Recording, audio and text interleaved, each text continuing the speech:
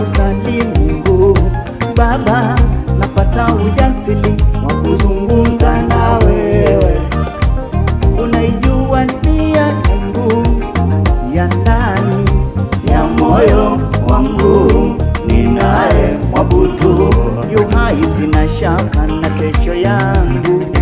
Nina ujasiri, nina imani na upendo, nina ushuhuda, nina nia, nina vyote, ila sina wasiwasi hata nisipopata leo. Mungu wangu, Mungu wangu, bado naitunza ahadi. Mungu afuataye ni mimi, Bwana Yehova. Nina imani na kesho ulioniandalia Bwana.